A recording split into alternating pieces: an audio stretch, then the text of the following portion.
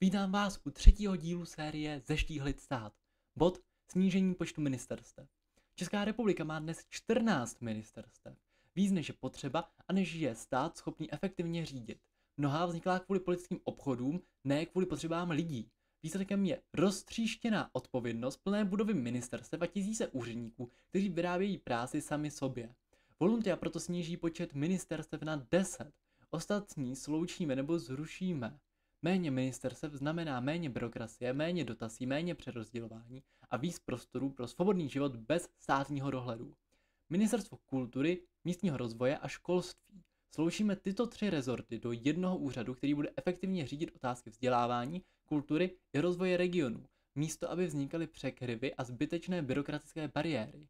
Ministerstvo zemědělství a životního prostředí. Spojíme agenty zemědělství a ochrany přírody do jednoho ministerstva, které bude odpovědné za udržitelný rozvoj venkova i životního prostředí bez zbytečných konfliktů a zdlouhavých jednání. Ministerstvo průmyslu, obchodu a dopravy.